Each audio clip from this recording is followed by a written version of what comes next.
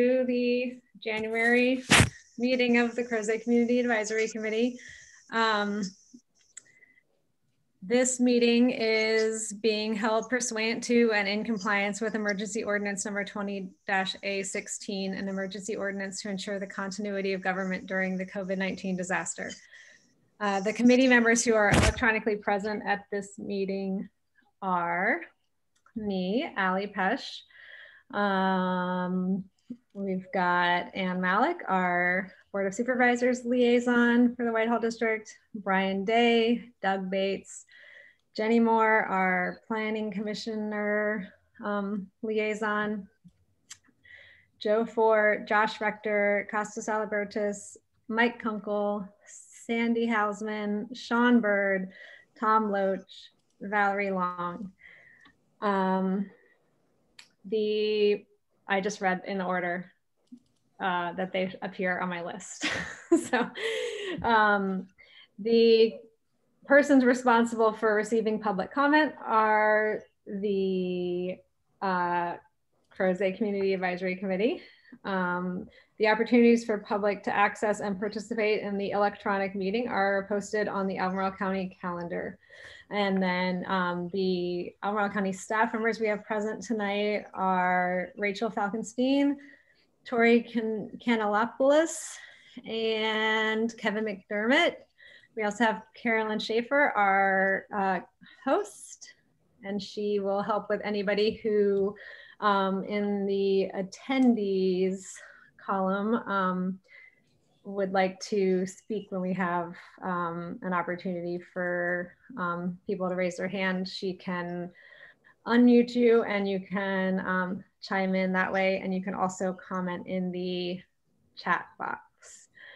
I like to ask people to use the chat rather than the Q&A just so that it can all be in one place.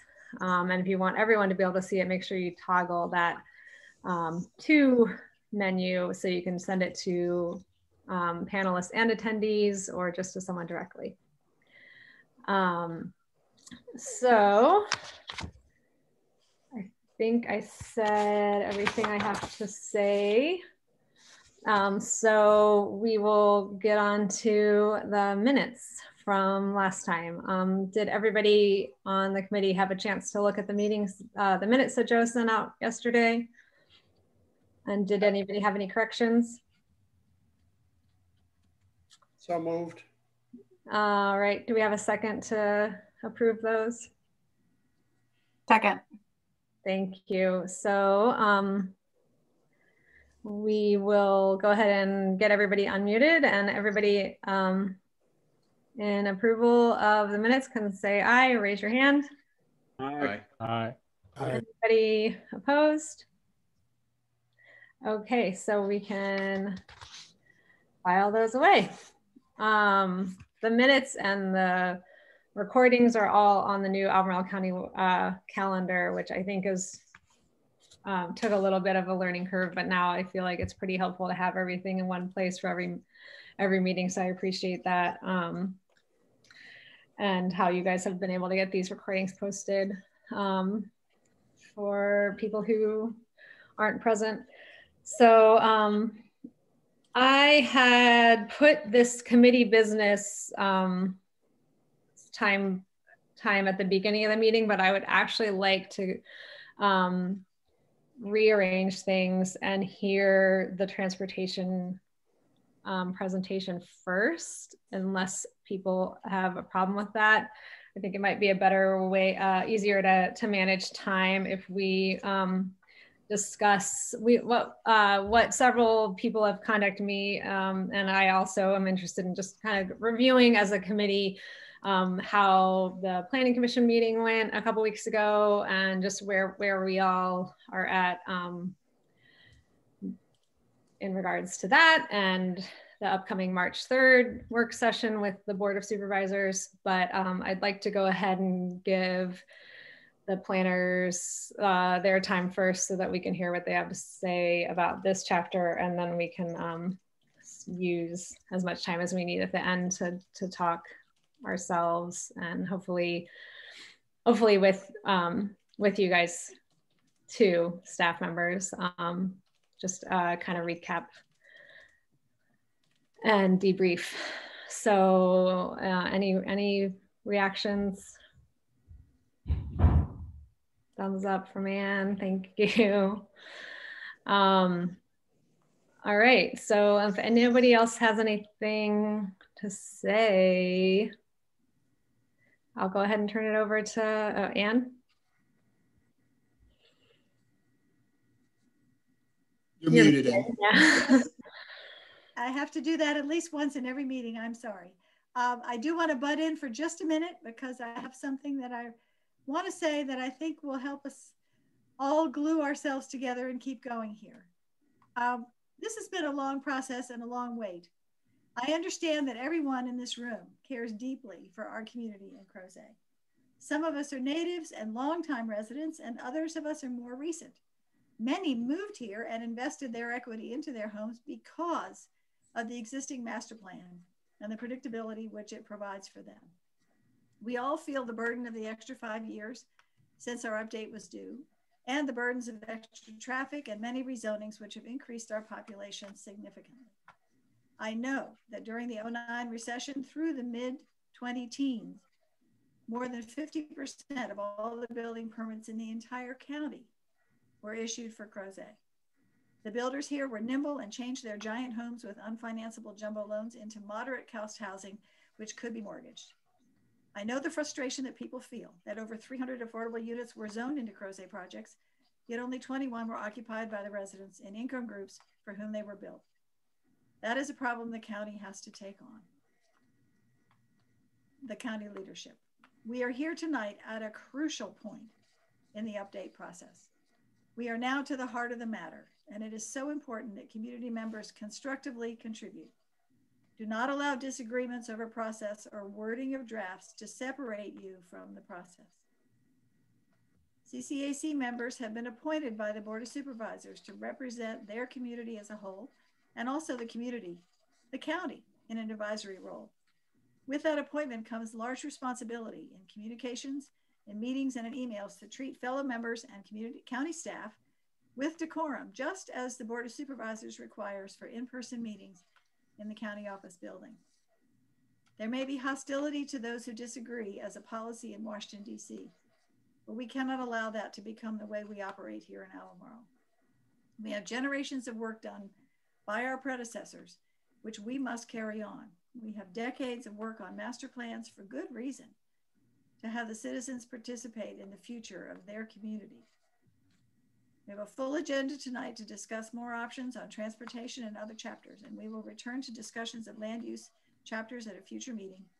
I ask each of you to provide suggestions of wording changes that would solve issues you each may have. I'm glad to receive those suggestions and assure you they will be taken into account. I and Jenny will do the same. There are many parts of the draft that we have seen so far that have found strong support.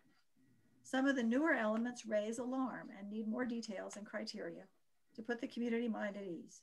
That is our goal, to achieve those details and result in a draft going forward that most in the community can support and see carried out. Thank you for your time, and I turn it back to Allie.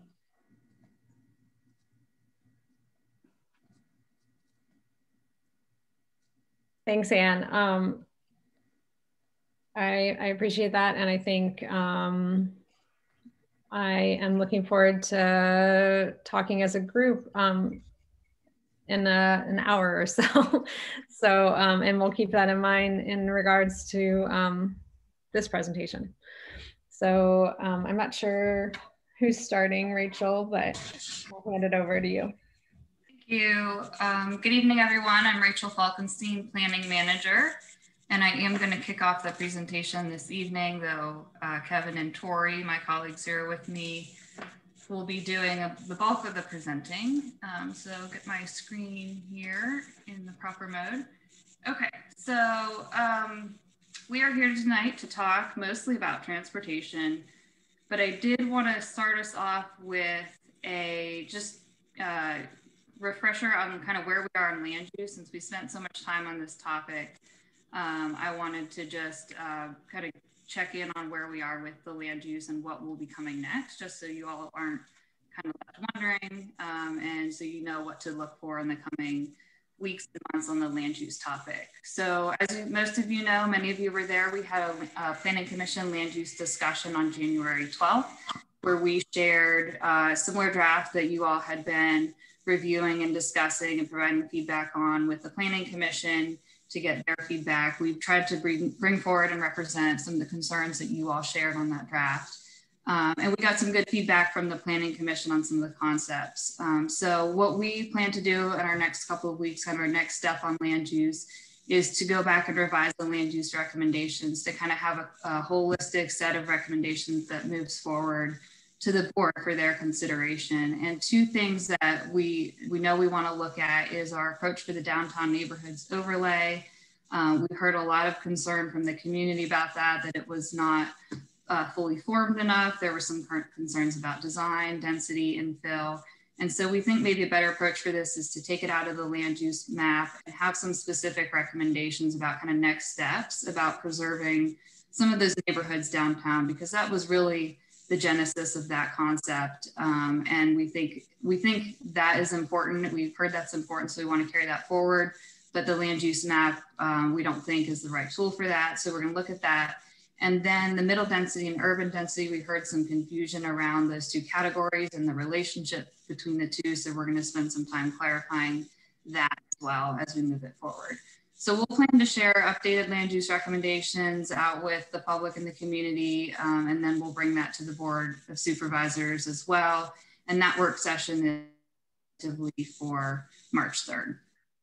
So that's what's coming on land use, but tonight we are here to talk about transportation. So I'm going to kick us off and just set up the discussion today. We have 6 topics we want to get feedback on related to transportation. I'll start us off on just a quick kind of summary of feedback and some overview of our guiding principles and goals. And then Kevin and Tori will walk us through some of the recommendations in the maps. I'm not sure if everyone saw, but we have posted some of the maps we're going through this evening on the calendar page for the CAC meeting. So if you want to open that separately and look at it while we go through the presentation, because some of the maps, the scale might be difficult to see in a presentation. So I just want to let you know that's there if you want to follow along. And I also want to say that we have a lot to go through tonight, and it's not only a lot of content in one night, but it's a full map with a lot of different concepts thrown out. And so our plan for this content is to present it to you, pause after each of our topics for questions and discussion. We'll share kind of where we're looking for feedback on each of the topics, but we recognize we probably won't have time to hear from everyone on the committee and everyone who's in attendance from the public tonight. So we will also mirror this content with an online public input form, and we'll put that up hopefully later this week, but if not by this week, definitely early next week. We will share that out for you all. And we encourage you to participate in that as well. Even if you share your feedback tonight and you want to think on it some more and go back and fill that out later, that would be really helpful. And if you could share that out with the community as well, that would be great. So I'll move us along. Just a really quick refresher on transportation. I know we talked about. Rachel, can I cut in real quick? Sure. Just to clarify, I just invited people to use the chat. Is the chat not an option tonight? Oh, yeah. Thank you, Ali. I meant to say that at the beginning. So we have new SOPs around community meetings, and we are not having the chat enabled. So what we would request, if people would like to speak during the discussion portion, if they raise their hand, and they can be unmuted and called on. We just found that it's way too much for staff to manage and committees. And so that's just a countywide decision that's been made. Okay, that's totally understandable and fine. And I found it overwhelming as well, but I just would have loved to have been looped in on that. I'm really sorry. I said it just in my email, and I also said it just a few minutes ago. And also just since we're not gonna have time to take everybody's comments, but they can use the Q&A, or is it just like not where? They're both disabled, and I apologize for not mentioning that. I was just reminded 2 minutes ago as you were. Well, can we go ahead and post the link to the maps for people, if that's possible, so that people can get it more quickly? right now, and before we jump in. Sure. Carolyn, are you able to do that?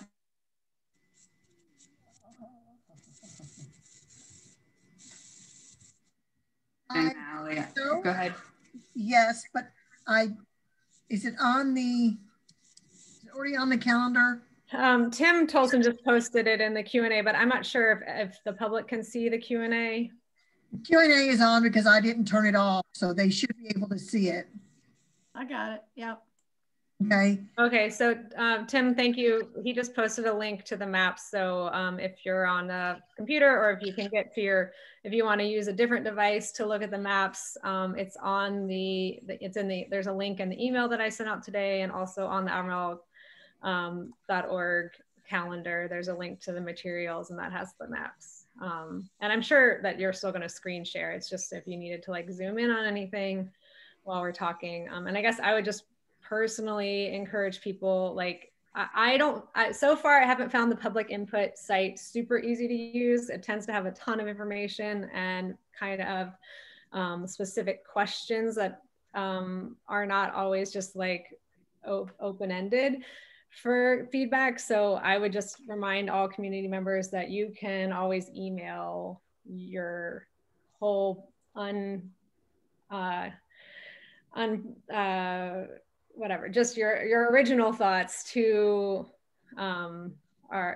me, to Anne, to the staff, to the whole board and everybody. So anyway, I appreciate that we were able to at least share the link tonight. And I think that the way we've moved from really using the chat and the Q&A to like just cutting it off with no warning really deserved like a press release or some kind of formal announcement. So I hope you guys understand that that's kind of a big change from the way we've been doing these electronic meetings. So just some brief feedback. And I think that it sounds like from the Q&A, maybe people are not able to, in my experience, I'm not sure attendees can see the Q&A. I think only panelists can. So I would just, Tim also said it's on the crozetcommunity.org, if that's an easier way to get to the maps. All right, sorry, I will let Rachel get back to the presentation. Thank you, and thank you for that feedback. I apologize for not letting you know in advance. I intended to, but it slipped my mind trying to get the presentation ready. But yes, absolutely email comments, questions, or use the public input form, whatever you find is most useful for you. Tom, I saw your hand go up. I don't know if you need.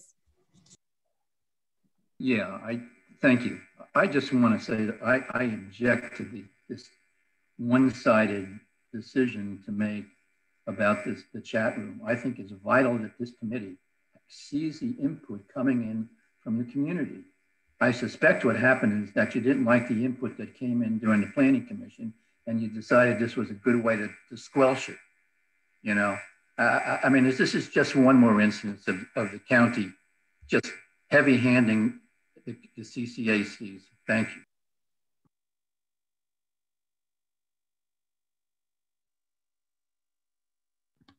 All right, thanks. Go ahead, Rachel.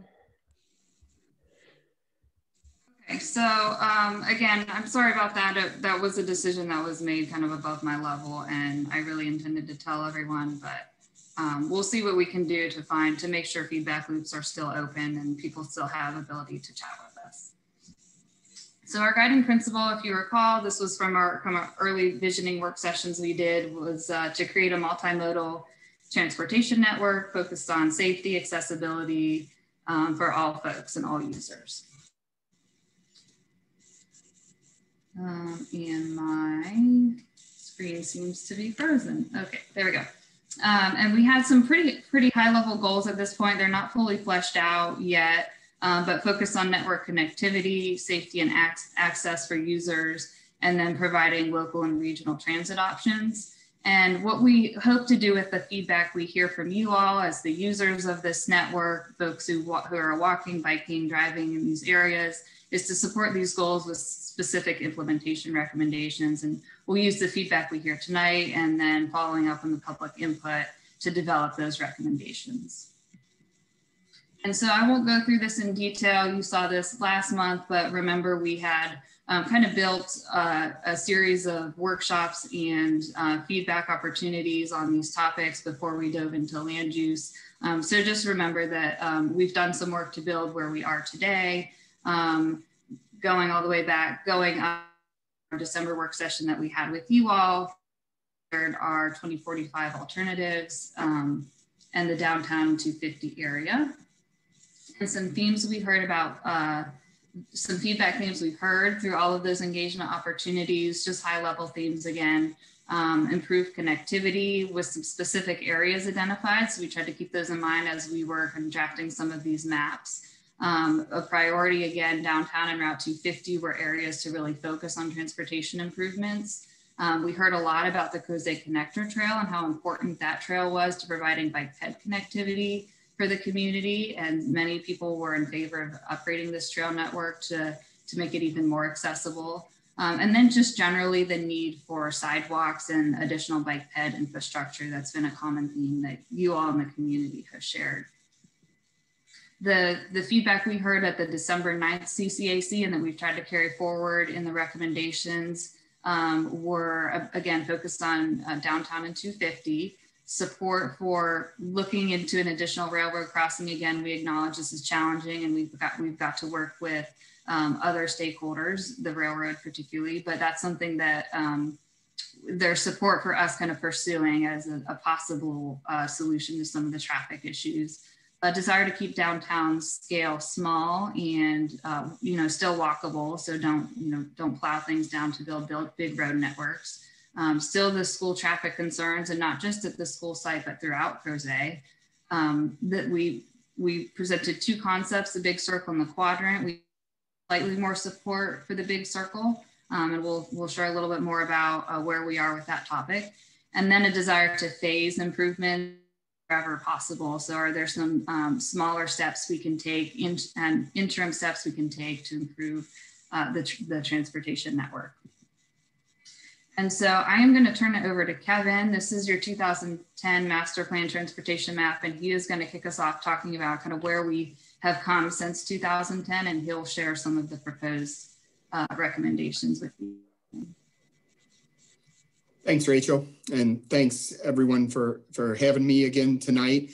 I look forward to going through this with you. And as Rachel said, I just wanted to start off looking back at the recommendations from the 2010 master plan, because one of the themes that I thought I had picked up on from past discussions and the planning commission was that maybe there was some disconnect about the work that the county had been doing related to the implementation of the 2010 master plan. And so as part of that, I went back and I took another look at the implementation items from that 2010 master plan and tried to figure out where we are. So I just wanted to take a step back and go through some of that stuff with you. As you can see, the map just shows all those proposed recommendations. They were very conceptual at the time, and we'll see how we've moved forward on those. This is the list of the implementation projects. This is every project in that implementation chapter related to transportation from the 2010 master plan. So I'm just going to quickly, just to make sure people know where we are, run through them. As you know, Jarman's Gap was a priority implementation project that has been completed. The Crozet Streetscape, another priority, that was another project that was completed. Crozet Avenue North, that's the sidewalk improvements north of Three Notched Road going up to the school. That was all completed as well. The Eastern Avenue alignment, that was really just the study to determine approximately where that alignment should be located, and that was also completed. The Eastern Avenue construction, which was a long-term project in that implementation plan, that is what we're working on right now. We have secured the funding for the the design for that, and the design is well underway. We presented a report to the board at their last meeting actually about that to show the alignment that we have determined for it. So we continue to move that one forward. The long-term projects in the 2010 master plan were expected to be completed after 2019. So I think we're still generally on schedule with that one. The Crozet Plaza streetscape study, that's been completed, and that plaza is in design right now with the work of the Barnes Lumber redevelopment that's underway. The Main Street extensions, that is looking really at what was also termed Library Avenue. We are moving forward with that one as well. That is in design and fully funded. Next page, Rachel. So moving on, the Crozet Avenue bike ped path. This was, it's not really specified exactly where it is. Of course, like I mentioned, we did do the Crozet streetscape and the Crozet North sidewalks. The piece that we have not been able to complete yet on that one is the connection from the downtown area down to Route 250. So that is one that we are looking to move forward into this next plan that was not completed from the previous one. The bike network improvements, that was really a general recommendation for bike improvements throughout the area on existing and new facilities. Of course, all of our new facilities do have those, do have bike and ped facilities as appropriate. And we've made quite a few improvements in areas that were existing roads, and we went back and fixed them. As some of those are underway, I'll talk about that in a second. The park and ride lots, upgrading the downtown lot. I don't think there's been many upgrades to that since the 2010 master plan. I think it's still used lightly right now, not very heavily, but it does still exist there and is not heavily used. The 250-64 park and ride lot, that was a project we just made an application for, and I'm happy to announce that it was preliminarily selected for funding. We won't know for sure, but it looks like we are going to get the money to construct a brand new park and ride lot down there at on 250 at I-64. The lot at 3 Notch Road near the employment area, I think that's Star Hill area, that has not been completed either. With regional transit recommendations, the commuter service through Jaunt has been implemented now. And I think we do have some, that has started to provide those alternatives to driving. Next slide, Rachel. Just a reminder or an update on some of these existing projects that we have going. As I mentioned, the I-64, 107, exit 107 park and ride lot, that's the one that has been preliminarily selected for funding in this smart scale round. So hopefully that will be finally funded and constructed in a number of years from now. They do program money out quite a few years, unfortunately, but it is moving forward. Route 250, 240 roundabout over on the east end of town, that has gone out to advertisement. I expect construction to start on that anytime really, and the schedule still looks to have that completed before the end of this year. The Crozet Square reconstruction, that's reconfiguring that parking lot in front of Crozet Square, in front of those businesses, and connecting it to Barnes Lumber. All the work in Barnes Lumber redevelopment, including the Library Avenue and Park Ridge extensions, those are in design right now. 60% designs on both of those projects, C and D, have been submitted to VDOT now and are in review. That those will take a little bit longer to finalize. I think anywhere from 6 months to a year before we see construction starting on those, and then probably about almost a year of construction time, or 6 months to a year of construction time. But well underway and moving forward. And then the Eastern Avenue South extension, Of course, that is, as I mentioned, the one that is in design right now, and we will be looking for funding for construction over this next year. So the design is well underway. Construction funding is still needed to be identified. And then the US 250 West sidewalk down there by the Harris Teeter, that project we had put out to advertisement to try and get a construction company to move in. Unfortunately, we did not get the bids we were looking for, and we are going to have to re-advertise that. And we're in the process of working on that right now, but still moving forward. And we hope to have another update and get some construction timelines for you in the next few months.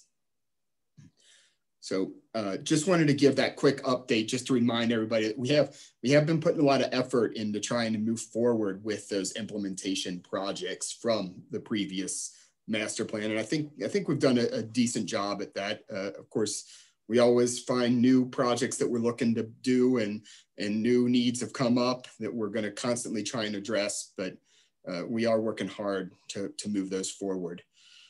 So now getting into 2045 transportation alternatives, this is really to take another look at what we discussed on December 9th, looking back at some of those alternatives that we had presented to you all, and try and get some, just kind of close the loop on a few of them, let you know what we've seen since the last time we talked, and try and get some final thoughts on what we would like to include in the master plan. So as you remember, we looked at the downtown Crozet area, those 5 major intersections along Crozet Avenue. Currently, the delay and level of service are not too bad, but the queues are worse than we would like to see. They do tend to, in the peak hour, back up through the adjacent intersections, causing extra delays and obvious frustration, and it's not what we like to see with operations. Next slide. The real issue comes in the future conditions. I know you can't see this all really well, but if you recall from last time, each one of those little boxes on the right of this screen represents the level of service for each movement at each one of those downtown intersections. The red being bad. And as you can see, we do have a decent amount of red in those blocks showing where we see problem movements in the future. The queues are expected to extend beyond the storage areas, and at peak hour that'll feel almost like a gridlock type situation. Not quite that bad because it isn't that high volumes, but it does cause frustration, obviously. Next slide. Excuse me. So we looked at a couple improvements that we hope to address that issue with. One of them was the quadrant issue. And since the last time we talked, our consultants have taken another look at this quadrant. And you can see what has changed. If you recall from the last one, they angled out that new connection, the extension of Library Avenue to the west of Crozet Avenue over to Carter Street, and made it more like a quadrant or grid type pattern. So that really preserves a lot, or maximizes some of that church parking, I think, really making this project a lot more feasible than what we were looking at last time, where essentially that alternative really wiped out most of the church parking. It was an issue that we would have to address. It does still address all those queues, and both northbound and southbound. I think you'd see a lot better operations on there with this alternative. There's some concern with that roundabout at Library Avenue and Crozet. It fits in there very tightly. You can see it almost kind of clips that building on the north-west quadrant, but this is all really conceptual, so we'd be able to tighten up that design, and I'd hope we'd be able to get it in there without any impacts to that building, but just something that still does kind of cause a little bit of a concern in the preliminary evaluation. The other benefit of this quadrant is that it does offer, we talked a lot the last round about the potential for more short-term improvements. And with this, we did see that you could implement that roundabout as a short-term improvement separate from some of the other road improvements and see some benefit. So it really did offer a short-term benefit. Next slide. And as you recall, the other option we looked at there was the big circle. This is essentially operating as a giant roundabout. So that's a one-way counterclockwise movement through all of those intersections, that including one way between Library and Jarman's Gap on Crozet Avenue. So it'd be a big change to the area. The unfortunate thing about this one is that we are not able to kind of square this one off like we did with the quadrant. You can see it has to have that circle movement. And the reason is because by squaring it off, the delays end up backing up into other intersections, primarily there at Library and Crozet Avenue. So we have to keep it like this. One thing that is not shown on here is that Carter Street would still come down and intersect into that circle there, probably at a more of a T intersection to make sure it's safe. So you would be able to come in and out of Carter from there, but it's just not shown on this map. Once again, the concern with this is that we would lose a significant amount of that parking at the church, which we're not exactly sure how we would address at this time. Also, there's no real opportunities for short-term improvements for it. So that's another issue that maybe we would want to consider as we're thinking about these two alternatives. Based on that, you know, staff sort of is leaning towards the idea of the quadrant, but I'd love to hear some feedback on that. And we will be giving the CAC members a chance to comment on this once I go through all this presentation. So if you just have your thoughts written down, we'll get to that in a second. The next improvement is the High Street connection. So this would improve High Street between the Barnes Lumber roundabout. So that roundabout you see at the north is being constructed by the Barnes Lumber development, and Hilltop Street down there at the southern end. What it would do would just add full width lanes. Right now, I think the width of that pavement is really maybe 18 feet at maximum. So if we start putting additional vehicles on that, it's really going to cause an issue because it's really difficult to get two cars passing opposite directions with 18 feet of width. So to allow an easier connection, we're recommending that this be one of the priority projects that we look at. And also that would include pedestrian facilities, making that connection. So all those residential areas that are connected to High Street would easily be able to get into the new Barnes Lumber area. It improves that connectivity to downtown, and it does reduce that queuing and delay at Tabor Street and along Crozet Avenue. Next slide. The other recommendation for this one's for a new connection, is the Dunvegan connection. This is still a recommendation that we're looking at for the master plan. It connects from the corner of High Street and Park Street along an existing right-of-way. However, it's not a built road right now, and the right-of-way is probably too small to fit a full road in. But it would construct a brand new road along the Dunvegan alignment. As part of this, we also identified through our further analysis that a left turn lane would be needed on Crozet Avenue. You can see that shown here. So there's a little bit of widening going on at Crozet Avenue. We could include pedestrian facilities. That's going to be part of the discussion later on in this presentation, but that would be an option that we could look at for Dunvegan. Improves connectivity, builds out that grid network. It would also reduce the queuing and delay at Tabor and High Streets by taking a lot of that traffic that's currently going up through that area. What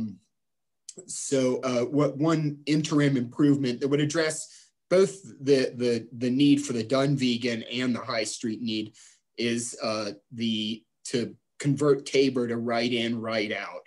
Of course, that right in, right out would operate a lot better if we had the Dunvegan connection, but we could go ahead and implement that to improve the queuing and the blocking of the intersections on Crozet Avenue near Tabor. So that's an interim improvement that we could recommend. Next slide, please. This just shows all of those downtown alternatives together so you can see them. Moving on, we're going to talk about Route 250. As you all remember, this was the existing conditions were talked about in the last presentation in December. You can see that currently we do already have some, excuse me, poor level of service occurring in the area. The queues on the eastbound approach at Western Albemarle High School and westbound approach at Henley Middle School and Burley Elementary School are lengthy. They extend beyond the storage. I know a lot of you have gone through there during school sessions, and it's a major issue that we're already dealing with, including at Miller School Road. That is already experiencing level of service F on one of the movements, as you can see by the red on number 9 there at the top. Next slide. So then we have future conditions along that Route 250 segment. As you can see here, and you may recall, it really gets pretty bad in the peak hours. You can see all of those red lines representing level of service F on a lot of those movements. Delays and queues are really bad in that area in the future. Just as a reminder too, I know you all can't see that data really well. There will be a full report on all of this information that you'll be able to reference. We're still working on finalizing that, but we wanted to get all the feedback from the CAC before we put that report out. So you can follow along with that when at your leisure. So the recommendations that we're looking at, these are still very similar to what we talked about last time. We have 2-lane roundabouts at Old Trail and 250, and also at Henley and Brownsville schools. Those address all of those delay and queuing issues at those places. We talked a little bit about interim improvements. Sorry, Rachel, if you could go back one more second. Just as a reminder, this was another place where we talked about the need for interim improvements because of these roundabouts are large, expensive projects. We weren't really able to find any smaller interim improvements, but we had recommended that this 250 would need to be widened to 4 lanes. We did notice that we don't have to widen all of 250 to 4 lanes. We could just narrow that improvement, the 4-lane improvements, to really just surrounding these 2 new roundabouts. Also, the slip lanes that you see there, we're imagining that those probably are not going to be necessary in the early stages. That could be a later stage portion of the project. Excuse me.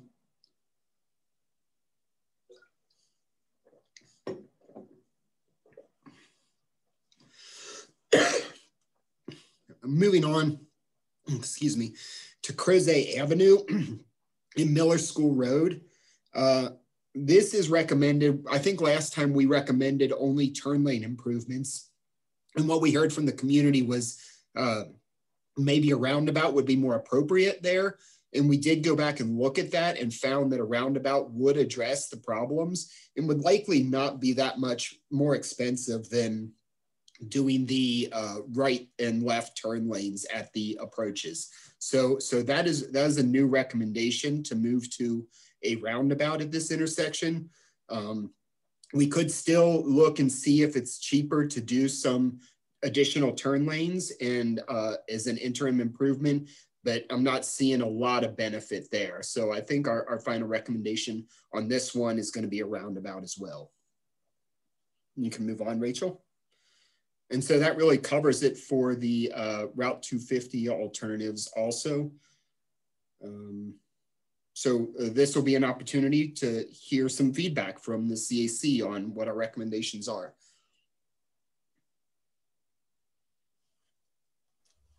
Thanks, Kevin. That was a lot of information.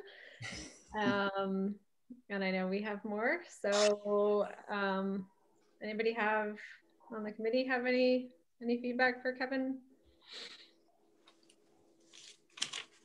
Kevin, this is Costas. I have a question for you real quick. The roundabout at Miller School, does that have a slip lane from Crozet Avenue to 250 West toward the interstate? Yes, let me pull that up on my screen so I can just remind myself. That has slip lanes to go from 250 to Crozet Avenue and from Crozet Avenue to 250. It does not have any slip lanes coming from Miller School because there's not the high volumes that we think we need. Sure. Yep, great. Okay, thank you. Uh-huh. And I see Joe has his hand up, and I'll just remind attendees that since we're not able to use the chat, you can raise your hand and chime in that way. So Joe and then Ann. Yeah, thanks, Kevin. You know, with respect to the quadrant versus the big circle, I think, you know, whichever one from our perspective is most cost efficient, easiest to do. I think, you know, knowing the timeline of these things, the ability for a quicker benefit with the roundabout, I think is very appealing to a lot of us as a short-term solution. My question was about, and obviously I think the Dunvegan and the High Street extension seem very, very, very positive. The question was about the Tabor right in, right out. Did you say that was, I think you mentioned, right, Tabor, possibly right in, right out as a shorter term address. I would have some concern about that. I think you mentioned like that doing that in conjunction with Dunvegan would be great, but doing it before that, I think would cause a lot of problems. People trying to get down Tabor to the park. If you're coming off of Jarman's Gap or something, trying to get in there and get into the park, seems like it would be really tricky to get back there onto Tabor and onto High Street. Yeah, understood. I've looked at that. Another option that we could consider would be is an interim improvement, making that a allowing the left in from Crozet, but not a left out from Tabor. So only in that one restriction. And I've thought about the same thing, Joe, that if you remove that left in from Crozet and you don't have Dunvegan, if you miss it, you're going way out of your way to try and fix that problem. So agreed. I think that might be something we'd want to consider. Yeah, that sounds like a possible solution there. That one right, the right only exit might be really appealing. Mm-hmm.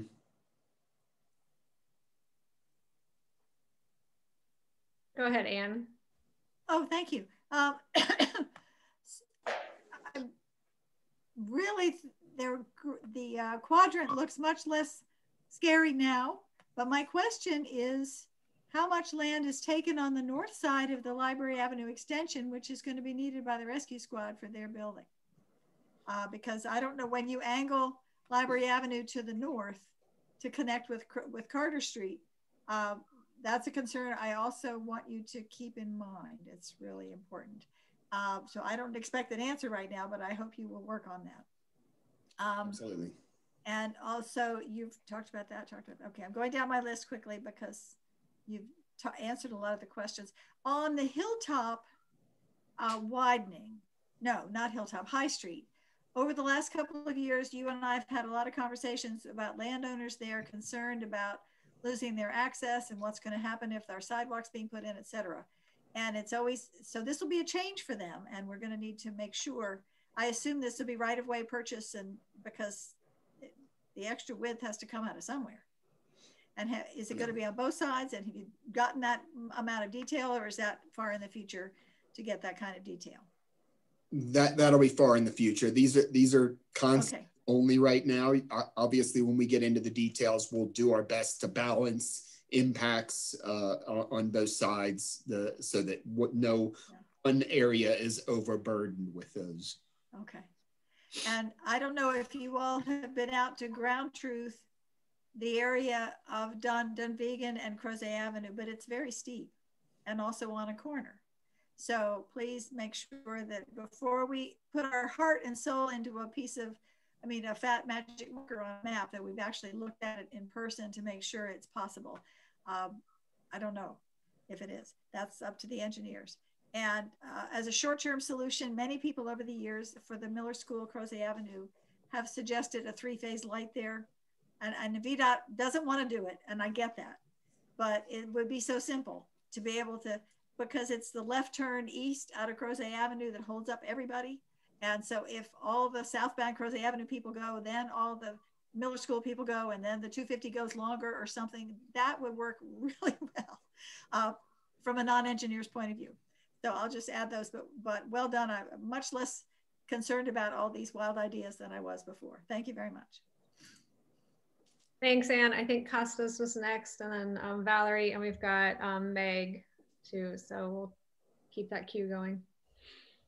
Yeah, Kevin Costas, we and I spoke on the phone a little bit about the rescue squad station and the impact of that on our vehicles, one, accessing Crozet Avenue, but now that that's been redesigned a little bit and it does come into that property, that is certainly concerning, because we're going to be using a lot of that space for a building, given that in front of it's going to be what we think is going to be a parking lot. So I think that is going to merit some degree of discussion, because we're going to try to take up as much of that space as we can to build the building that'll meet a need for the community that is going to exist for the next 50 years.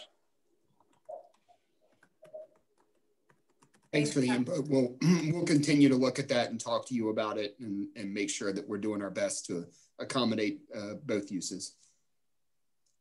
Thanks. I'm glad you're here to represent the squad. Go ahead, Valerie. Thanks.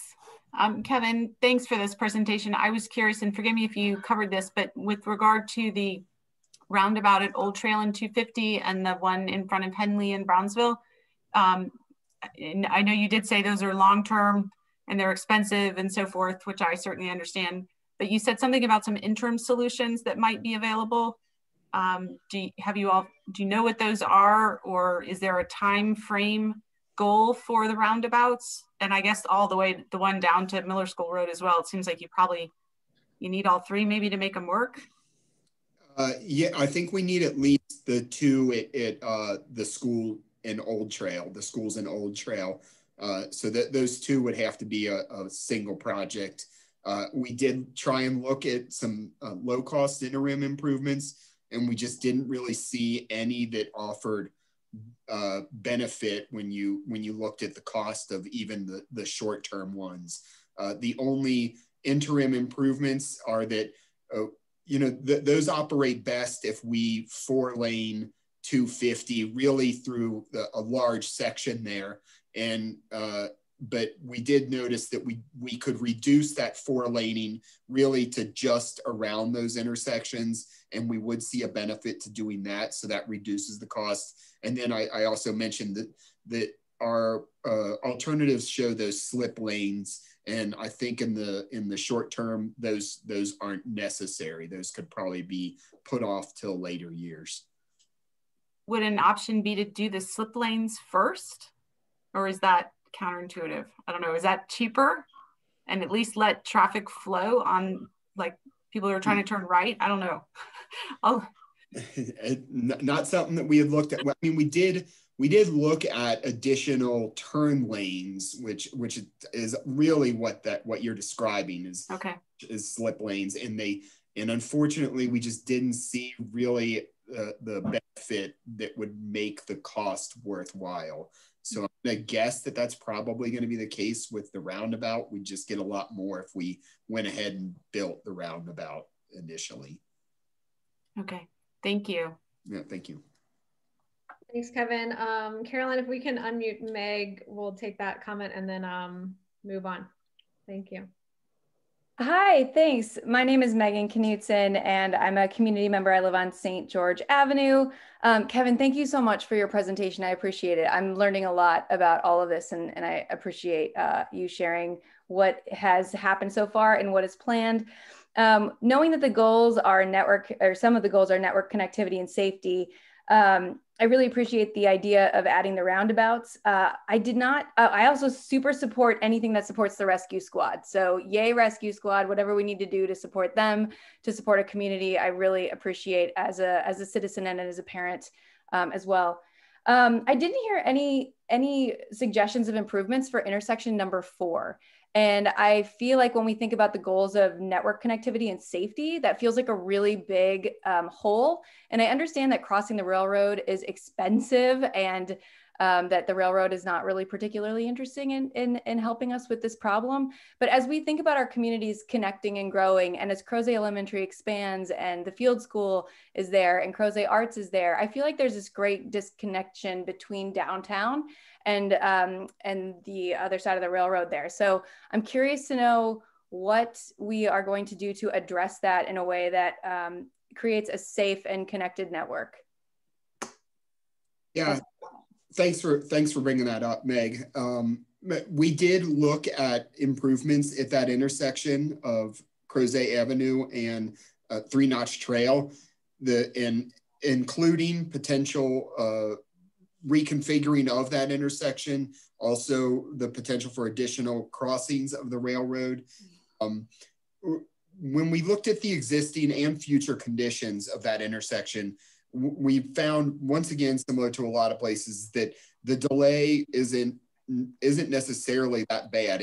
It moves fairly quickly. It does have long queues, but the time it gets through those queues isn't significant. And even in the future, although it's not what we want to see, we wish we could address it easily. It's not as bad as you would imagine. And we think that with a lot of the other improvements, it's not going to get that much worse, all the other improvements that we're talking about. So we didn't end up making a recommendation for that intersection because of the fact that every recommendation that we considered for that, including converting it to a roundabout that we looked at, signalizing it, a new crossing of the railroad, they were all pretty infeasible, at least as far as we could see. Now, that doesn't mean that we're not going to continue to look at those improvements, but we're not sure what the possibility of achieving them is. So we didn't want to make those direct recommendations in this. I think that I know through working with Barnes Lumber, the Barnes Lumber development is trying to find a way to get another crossing of the railroad somewhere adjacent to their development.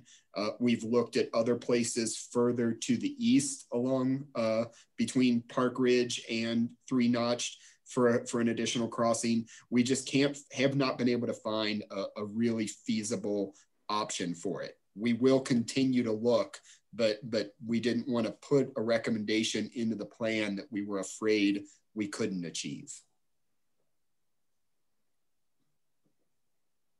Thanks, Kevin. I just need to keep us on track as far as time, but so Sean and Anne, did you have something to chime in right now? Short. Go ahead, Sean. Just to add to the list. Oh, go ahead. When you're on your list for the 4-way, the intersection you've just been describing, I've worked with VDOT for years to try to get extra pedestrian crossings marked there from the lovely patio area by the depot side straight across to the old bookstore side, because a lot of people walk there, and there's a very nice crosswalk in one direction, but not on the other side. So that's one thing that would be easy to do. Paint it red, run the saw through it, and make it into bricks and make it into a nice pedestrian 4-way crossing thing. Then people could get across safely. Yes. Anyway, yes. That's all I had to ask. Thank you. Agree. That would be great. Go ahead, Sean. Well, Anne stole my my point, but also just that part from Crozet Pizza over to the BP, you know, just to make a crosswalk on all four corners, because it's a pretty long walk from Crozet Pizza. If you just want to like get onto St. George and go north, you kind of got to do this big circle. So if there's any way to actually put in crosswalks on all four, you know, parts of that 4x4, that'd be great. Agree. That's just such a like quintessential intersection. I mean, that's just where you are when you come to Crozet. So I think it would be greatly improved by just some crosswalks. I know that the steep slope right there is probably a problem, but that would be a smaller project than any kind of big change. Right, so go ahead and let's keep going. Okay, thank you. I'm going to share my screen now.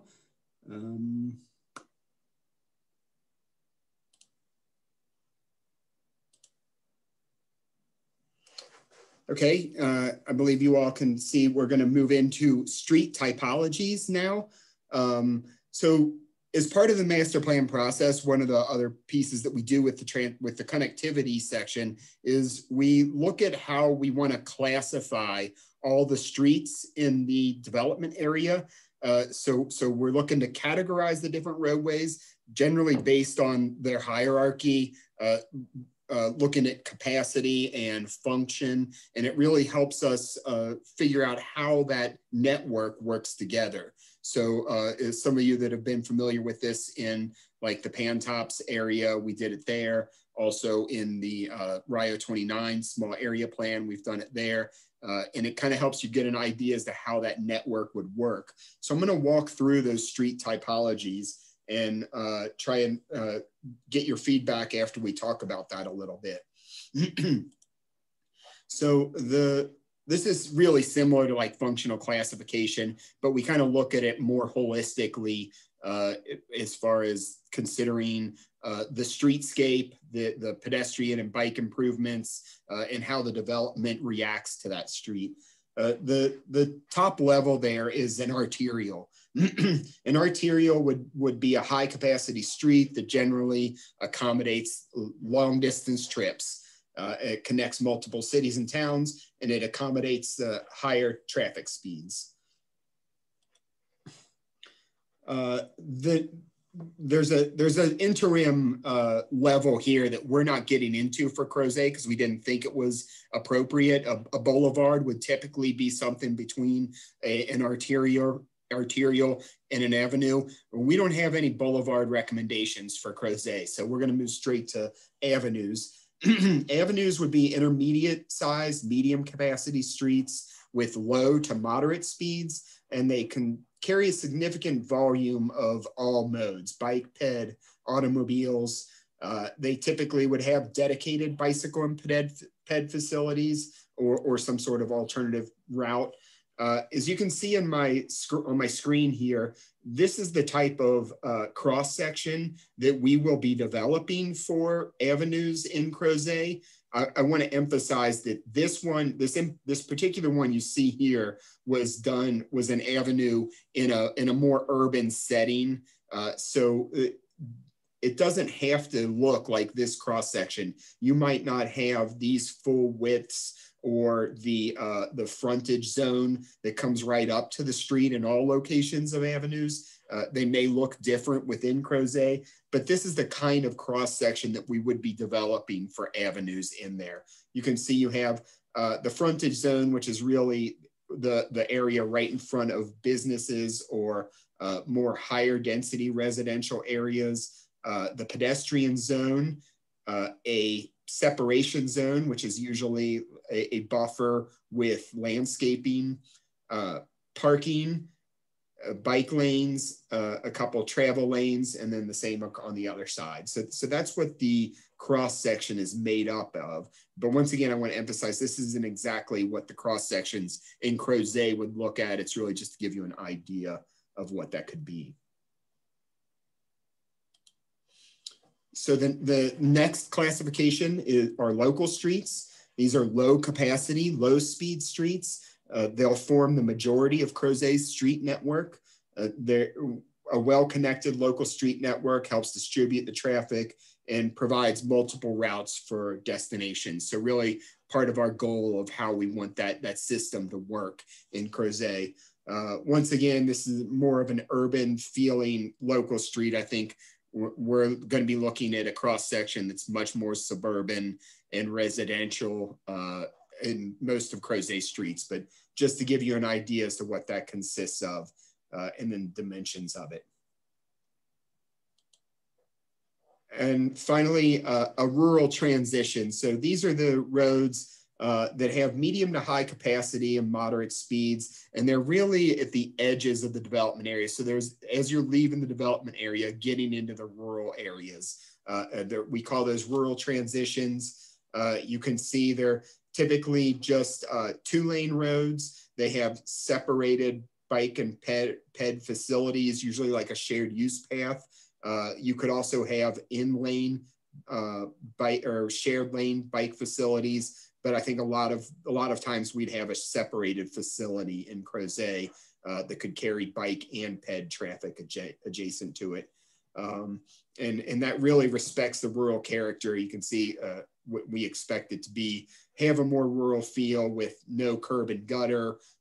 This is probably more natural landscaping around the sides. So that's a rural transition road.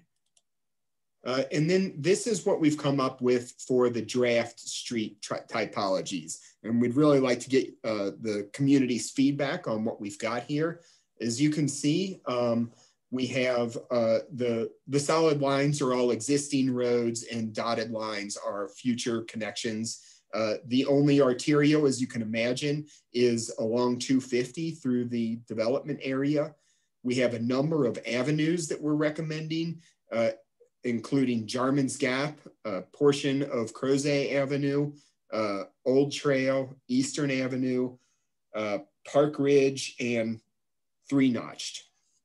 Of the few rural transitions are on the southern portion of Crozet Avenue, and then leaving the development area on Three Notched, heading to the east, and on Railroad Avenue heading to the west. You can see those, and I'm sorry, Jarman's Gap also. Those are the rural transition roads. Everything else is recommended as a local street.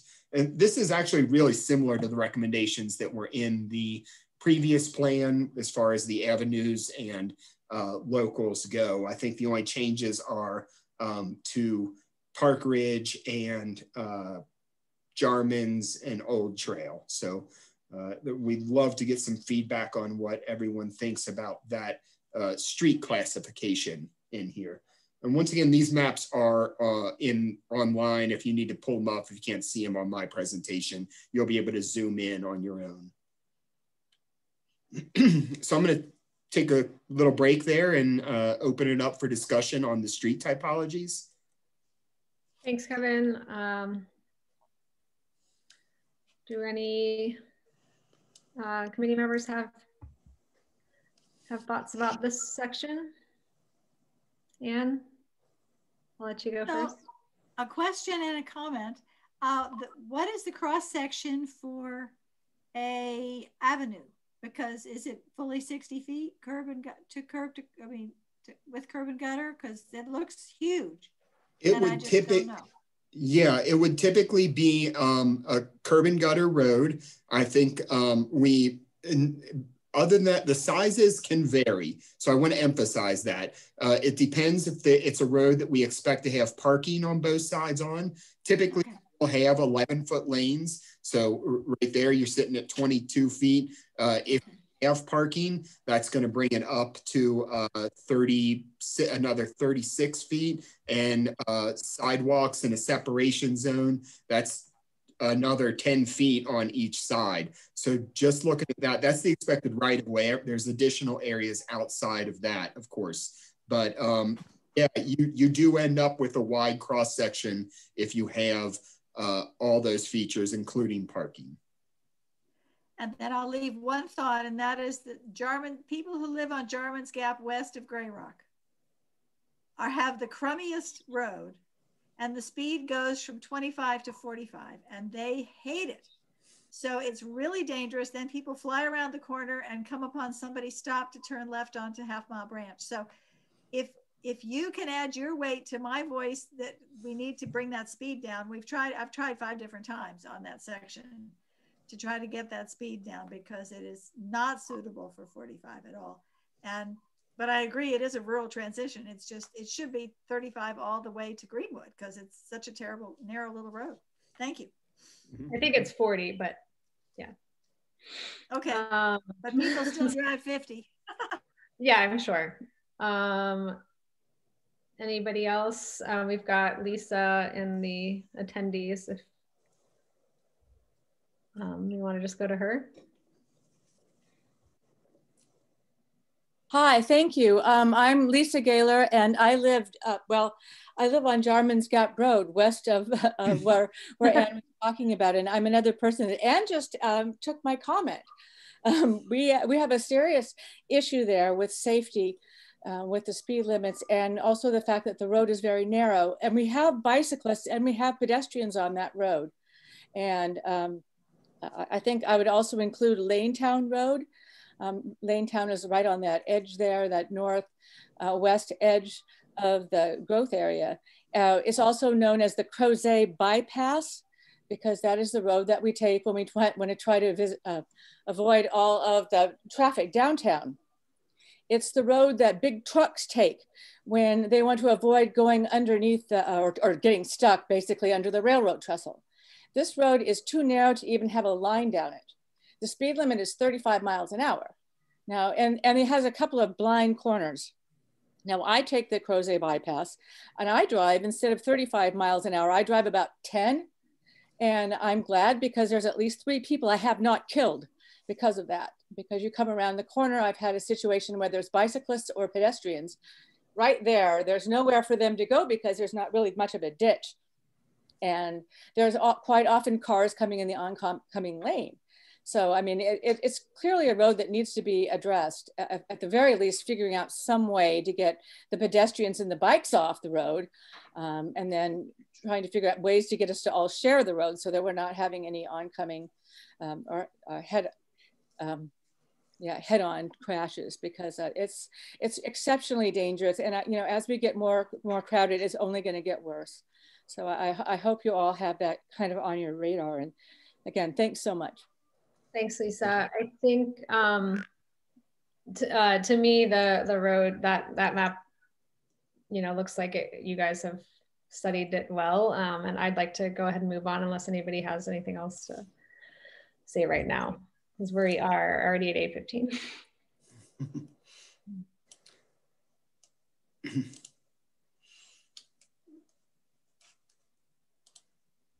All right, sharing my screen again and moving on. Oops, excuse me. We're just going to take a more detailed look at some of the future road connections that are going to be that we're looking to recommend in this next plan. Most of these I've already kind of briefly talked about. So this just highlights where those are. You can see, as I mentioned, the solid lines were the existing, the dotted lines are the future. The first place I'll point out is Whitegate Farm.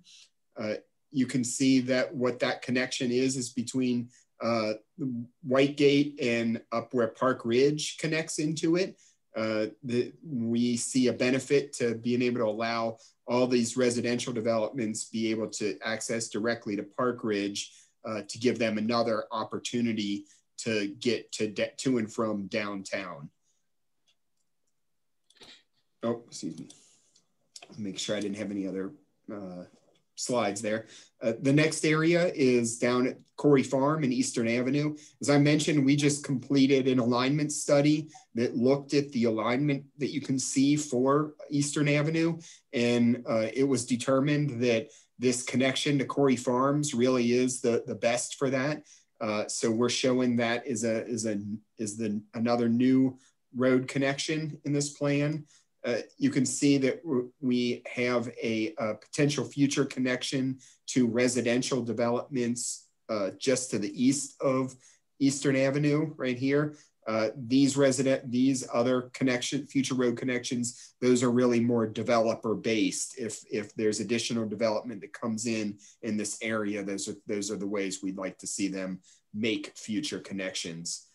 Not highlighted, but I'll just point out that there probably will be, we're expecting additional connections in the downtown area that'll grid out the Barnes Lumber development, as you can see what's in here. The Dunvegan Lane connection that we've talked about already significantly, that would connect between High and Park over to Crozet Avenue. And then finally, this Catharos Lane. This is a private road currently that goes through some areas that could potentially be developed in the future. And if that were to happen, we would like to see an additional connection between the Old Trail neighborhoods and over into Crozet Avenue. So that's what that is showing right there. It would be a local connection, not expected to carry huge numbers of traffic, but it would provide some additional relief and connectivity to those areas. And that is all I have to highlight on those future road connections. So I can take another quick break in case anybody has some thoughts they'd like to share now on those.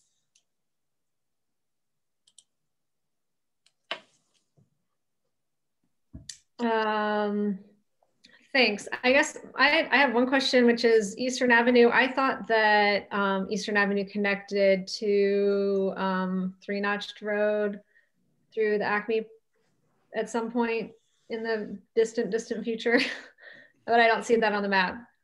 Yeah, that is, once again, similar to the comments I was making about the potential railroad connection that would alleviate some of the traffic at the Crozet Avenue three-notched intersection. We're not sure what the feasibility of a connection across that railroad is. And so it's something that we were not going to include in this is a specific recommendation in this next draft of the plan. As I said, we will have text that references looking for an additional opportunity to connect across there. Okay. Even if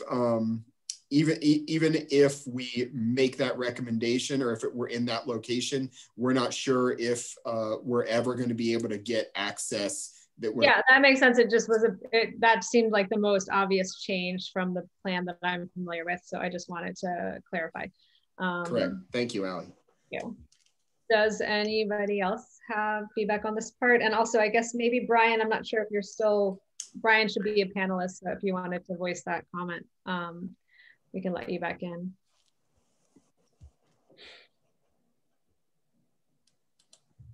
I don't see anybody's hand. There's two hands in the attendees. All right, well, maybe we can go. I don't know who had their hand up first, Carolyn, but you can go ahead and help me out with that. All right, Michael, go ahead.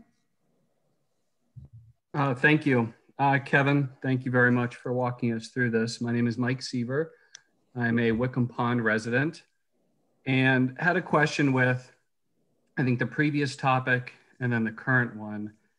As you look at Highlands and Wickham Pond and the connection to outlying neighborhoods, am I to understand that being defined as an avenue, 250, we would be seeking potentially funding to add an infrastructure of sidewalks to look to connect those neighborhoods, these neighborhoods to downtown?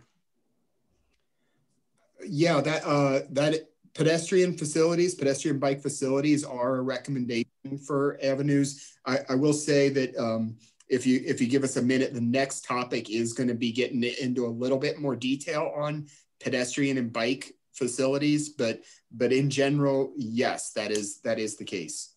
Okay, thank you. I am very hungry for that. I'm a resident that looks to reduce car traffic, and I think the amount of detail, the amount of good detail that you've gone through with the group this evening the network will afford the ability to take on more traffic. But I'd love to see what that's going to look like for 2045, as we're terming it, is how to reduce some of that traffic and entice people to walk, bike, or different methods of transportation to get downtown. Thank you.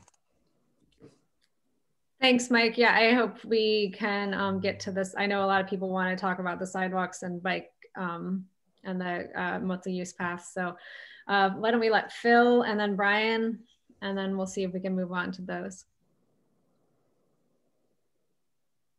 Can you hear me okay? Yes, thanks, Phil. My name's Phil Kirby. I live at Parkside Village. And real quick, Kevin, can you remind us on the last map you showed, it looked like, and I don't keep forgetting the name of it, the downtown connector that comes from the, I guess, from the west to the east there. It showed it as done.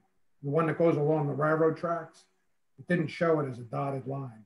And could you just like this, the part that's going to connect the square to Parkside, basically? Well, yeah, it goes into the backside of Parkside. And I was, yeah. You also mentioned that it was coming up pretty quick. Could you just remind us when you saw that getting done? Maybe that's why it's what's shown done. Yeah, thank you. Sure, that is correct. That some of the roads that we show as existing on these maps, they may not be existing right now, but they are so far along that we expect them to be existing within months of the plan, or within, I guess, maybe a year of the plan being released. And we didn't want that to look outdated immediately. So we showed these if we were sure they were moving forward. We can't give you a specific timeline for all of these, but we're for the connection between Crozet Avenue or Crozet Square and Park Ridge, that little segment of High Street that runs parallel to the railroad, that is at the 60% design level. I imagine anytime between 6 months and 1 year, it will be under construction with between 6 months and a year of construction time. So anywhere between a year and 2 years, it'll be complete. The section from that little portion of Hilltop, like I said, that runs parallel to the railroad over to the intersection of Eastern Avenue and Park Ridge, that current intersection, that is being developed by a private developer.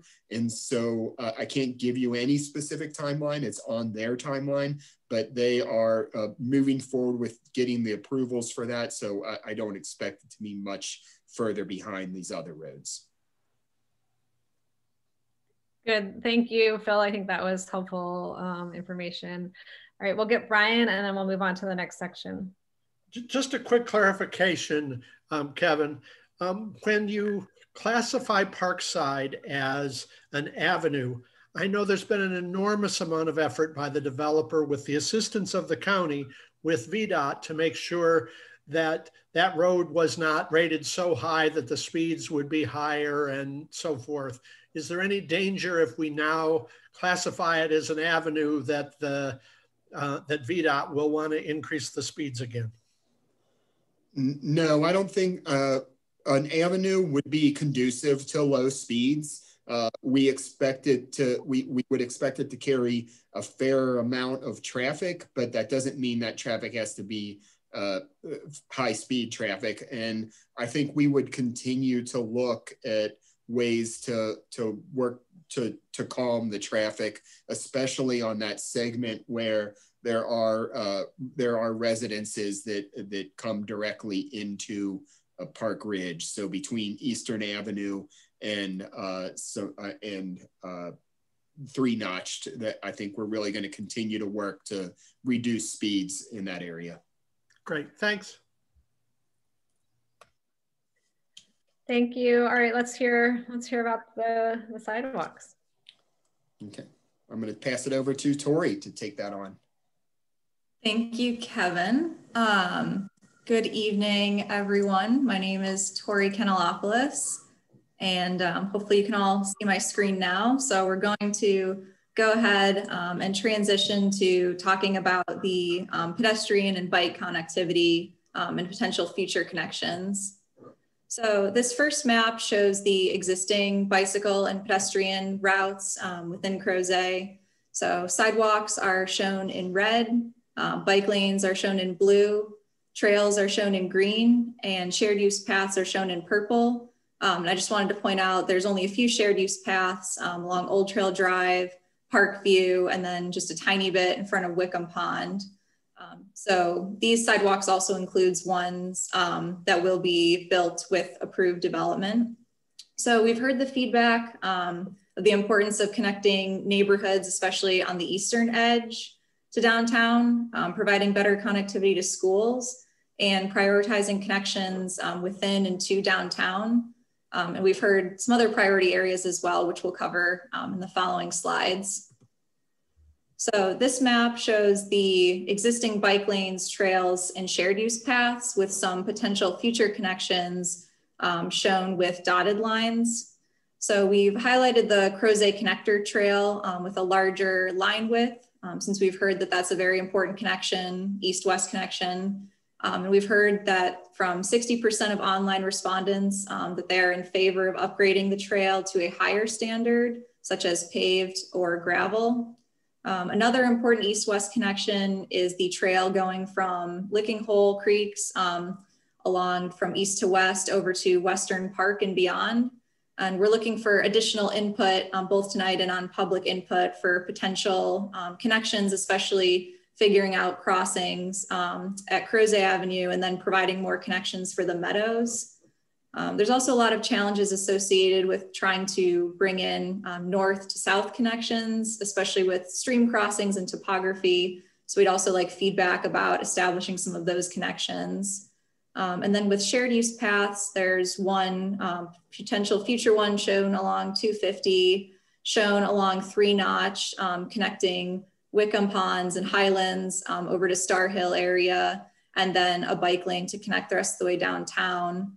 And there's a potential alignment shown for the Crozet Avenue shared use path, which is a challenging alignment due to right-of-way acquisition and constraints and topography. So we're looking for feedback on that alignment as well.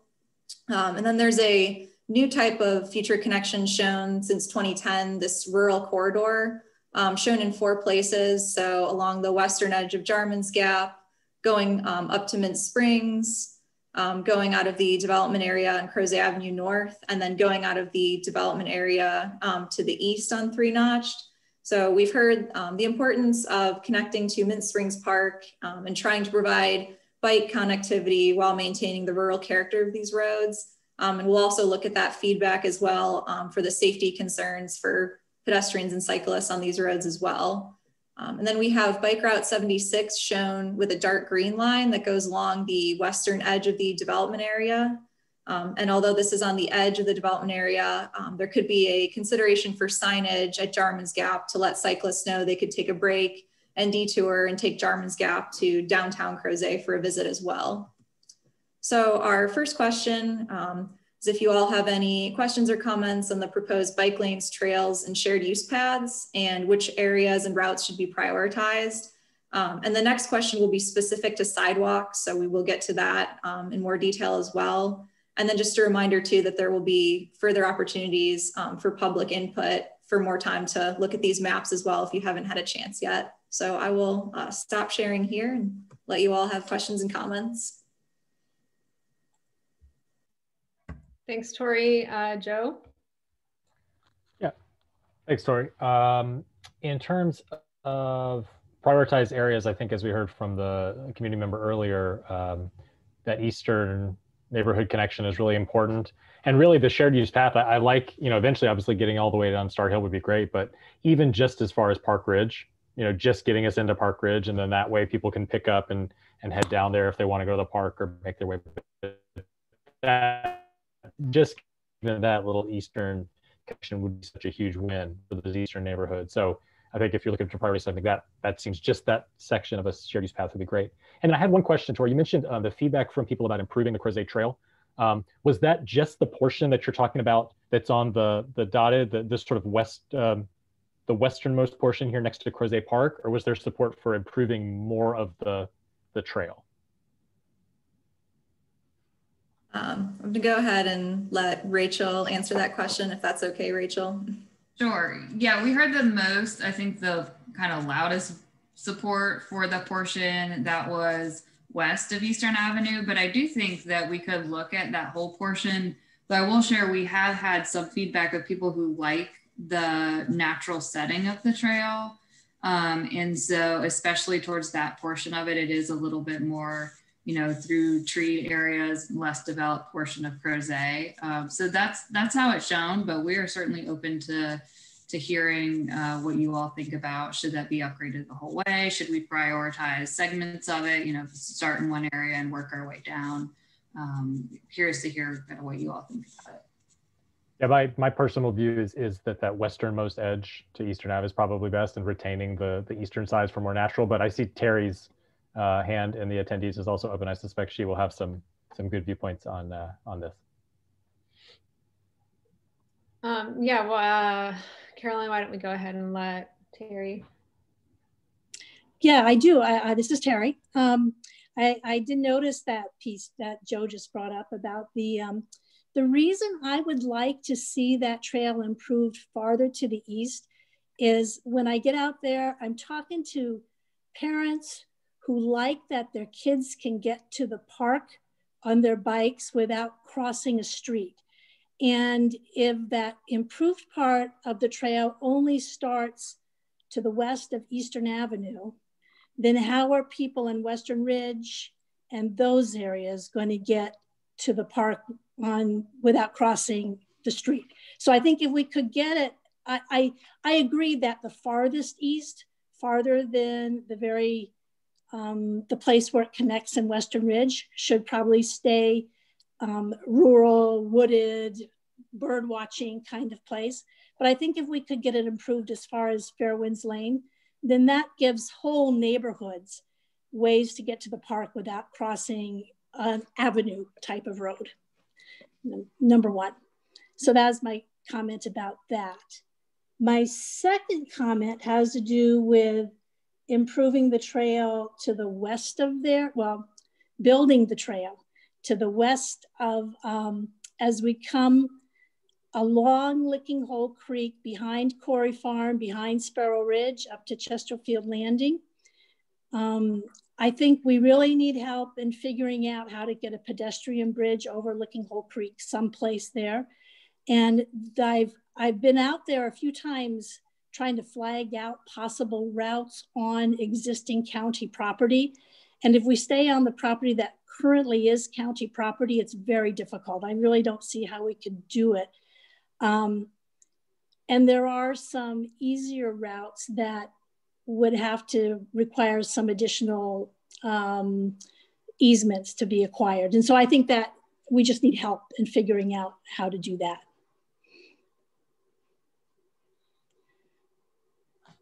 Thanks, Terry. Does anybody else have thoughts on the trails? I personally really want to see the path on 240 between Star Hill and Highlands. So that's my want. I see two more hands up. I almost feel like this could have been its own meeting, the bike ped trails. So I feel like we spent a lot of time on roads, and now I just don't know how to deal with the time. I really want to get to our planning commission discussion. So how are you guys, staff members, feeling about additional comments? I have 3 people who want to talk still, and I don't know how much is left of your presentation.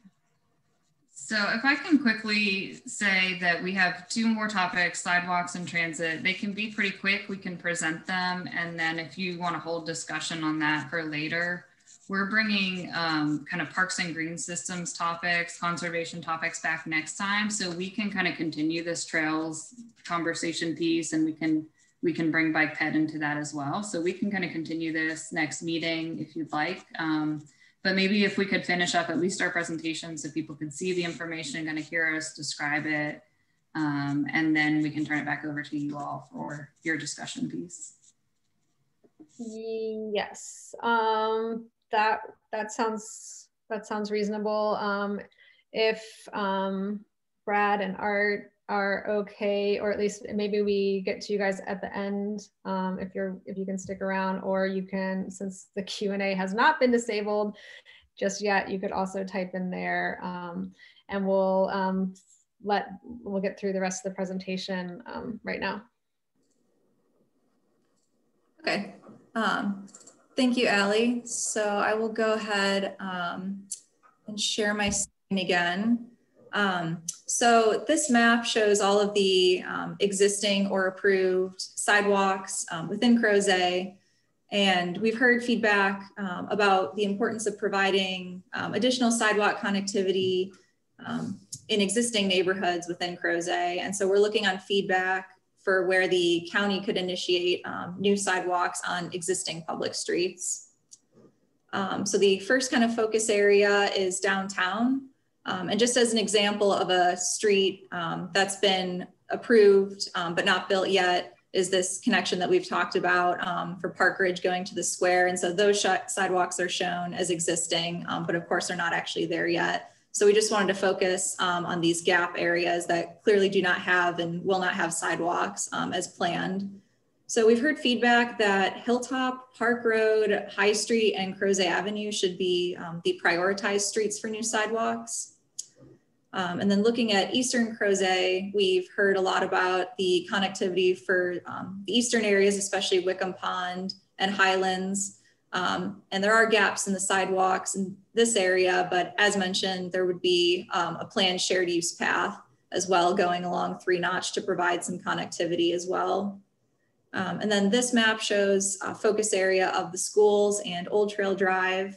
And again, there would be the proposed shared use path along Route 250 and the potential for trails to also provide more connectivity from Old Trail Drive to the schools as well.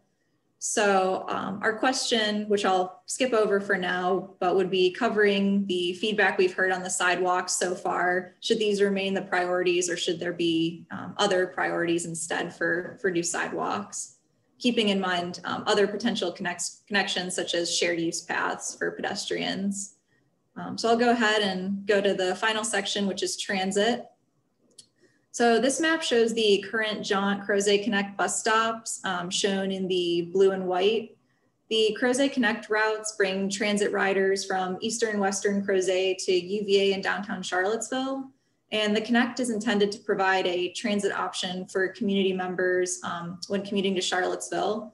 And we've heard that the most important considerations for residents when choosing to ride transit are frequency of service, stop location, and length of trip time.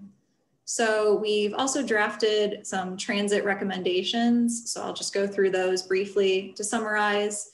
To work with local transit providers to provide permanent commuter routes to and from Crozet, and also provide transit service within Crozet.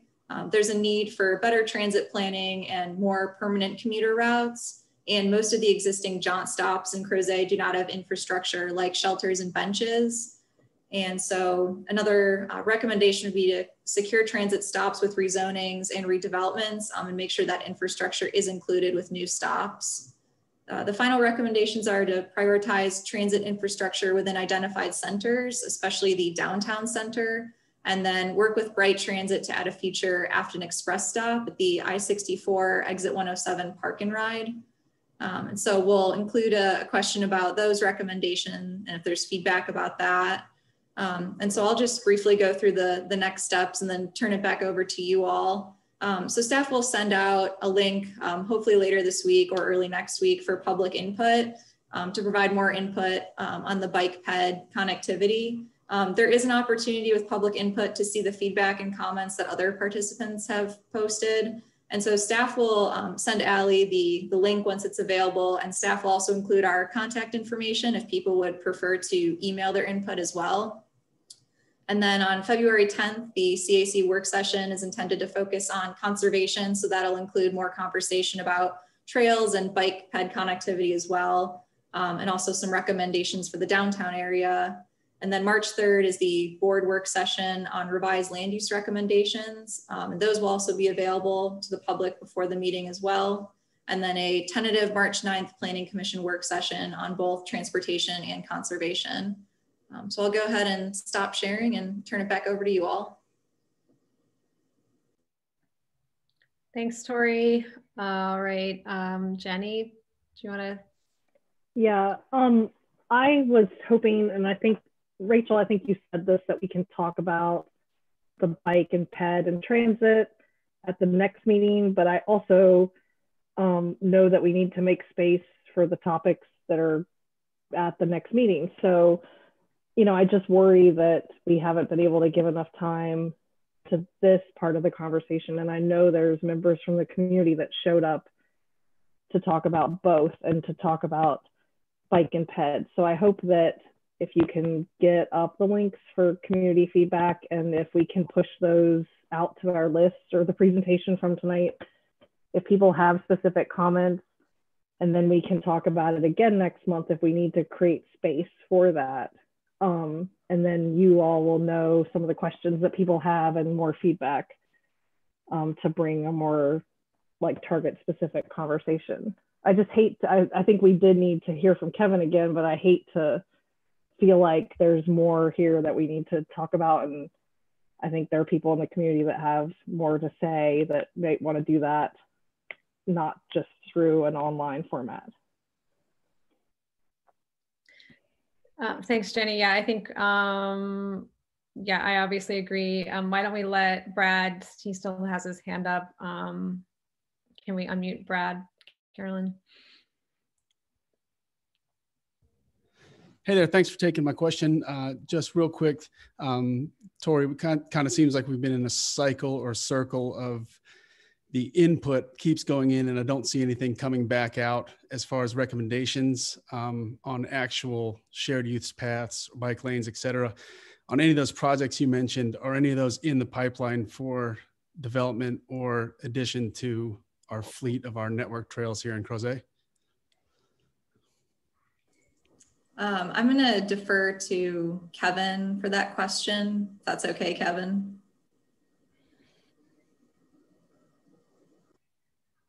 Yeah, sure. So we do, as I mentioned at the beginning, we do have a number of bike ped projects currently underway. One of them being the pedestrian connections along 250 down there by Harris Teeter. So there's, we are ready to go back out to add to get those constructed. That includes sidewalks on the north side and a pedestrian crossing of 250 with a refuge island in the middle.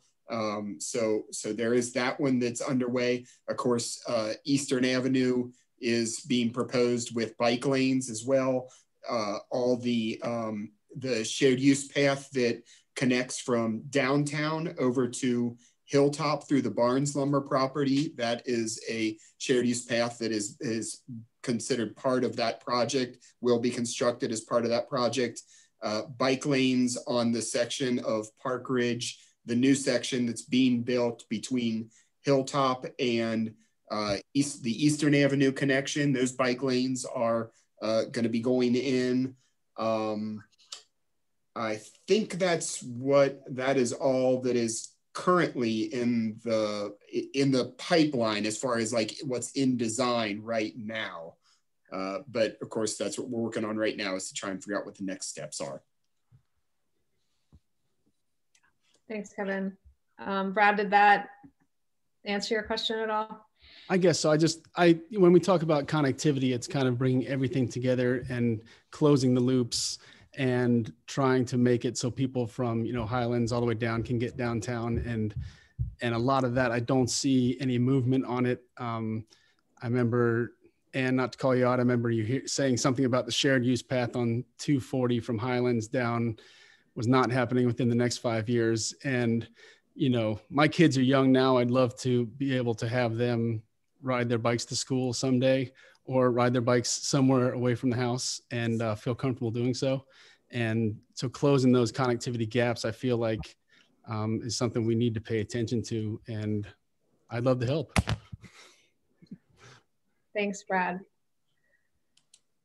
I'd like to voice Art's comment because he had his hand up before and I didn't get to him. So he says there's some trails on top of existing trails in Old Trail, and maybe we'll have time to talk about trails when we get to parks next time. But I kind of also, I guess I'm just going to bounce off this, that and to answer the question at Tori's presentation, I tend to prioritize personally, like sidewalks and trails that don't exist at all yet. So I know the Hilltop people want a sidewalk on Hilltop, and you know, I personally would like to focus on the connections that don't exist at all, as far as you know, if we're trying to figure out what we do first. So I don't know if that's really what Art was saying at all, but we still have Meg with her hand up, so maybe we can let her talk and then wrap this up. I will be very quick. This is Meg. I think one of the questions I have is, you know, as a community member, when we come and we provide, you know, basically a narrative perspective of what it is that we'd like to see change, that I'm curious to know, what could we bring to the table in terms of data, of information, of supporting documentation that would really actually help move the needle or build a case for a particular idea. Like if we, you know, just coming and saying, hey, I want to see this change happen. Sure, that's one person saying this out loud. What can I do? What can we do to make it easy for you all to make decisions more quickly, to understand how to prioritize things based on the community need? What can we do better so that when we show up at these meetings and we give you our perspective, it's easy to take action? Thanks, Meg. I think that's a good kind of way to wrap up. What do you think, Kevin? Or Rachel? I'm happy to respond really quickly. The public input site, I know, Ali, you've expressed is just challenging as a person filling it out, but that's helpful for us because it pulls the data together and it can quickly do like tallies of what people's responses were. It can do a little bit of analytics on the information that you put in. So it's a quick way for us to see, like, oh, 90% of people who fill this out think a sidewalk on this street should be prioritized. So that's helpful for us.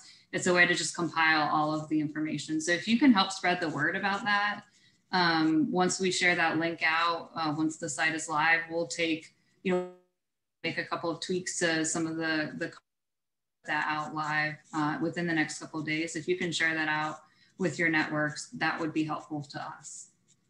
Thanks. Yeah, my problem with the public input ones that I've done so far has mostly been that I feel like the questions tend to be rather leading. So it's like, do you agree with staff or not? And so it's not like, I don't know a better way to do it. It's just, I hope that they're presented, you know, like I know you're just trying to gather data, but it just, you know, and then in the end, there's, you know, you're saying 90% of people think this, but only 10 people answer the question. And some of them aren't even necessarily residents of that area. And it also requires like logging in and clicking through a lot of things, and links don't always open easily. So anyway, I just, that's sort of my issue with public input. And I also feel a little defensive about having to answer all these surveys when we did a scientific survey as a community so recently, and that really doesn't seem to be being considered very closely. I know we didn't say, like, do you want to build a sidewalk on Hilltop or Crozet Avenue more in our survey, but you know, it just gets a little tiresome sending out these public input surveys when we really just want to be able to like say say it, you know, out loud. So Matt, just because we are all in person, I don't want to like ignore anybody's hand up. So Matt in the attendees. Hey, good evening. So 2 comments. One is that I would like to see metrics of success. So how are we measuring the results of the 2010 plan? If you look at the Crozet Master Plan Parks and Greening Systems map that was provided by the county in 2010, I would like to see what % of the proposals were actually accomplished by the county, and would like to know why projects were accomplished or weren't accomplished. If we're not able to measure either our successes or failures, how do we expect to move forward? There's no accountability for what we're doing. Second thing is, you know, for people who were born and raised here, whose parents were born and raised here, whose grandparents were born and raised here, there's been a ton of development. And I see all the focus in these areas of new development, which is great. They should have trails, they should have sidewalks, they should have bike access to everywhere in Crozet. However, my parents can't walk to Crozet downtown, and we live 3 minutes away. We can't walk from St. George Avenue to the square. That's a problem. And until the county can acknowledge that there's a problem there and is actually working to resolve that problem, I don't have confidence that you're willing to do anything to benefit residents of Crozet. It's really concerning to myself, and I'm very disappointed. So that's all I had to say. Thanks, Matt.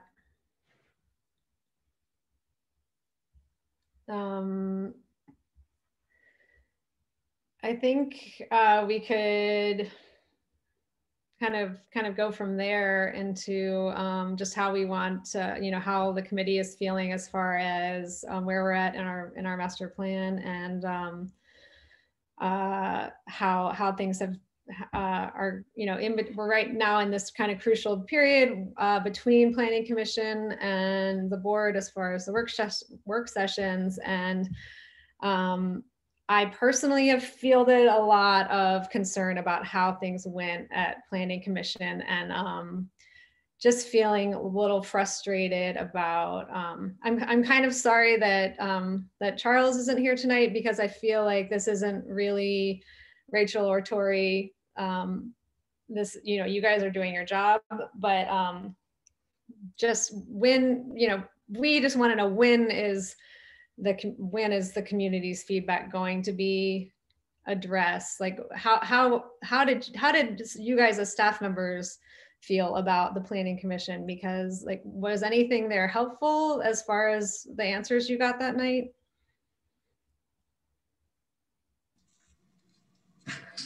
As I said at the beginning, I thought that we got some good feedback from the commission, and we're going to take the feedback, the collective feedback, and make kind of some adjustments to our recommendations and bring that forward. So I did feel it was a helpful conversation.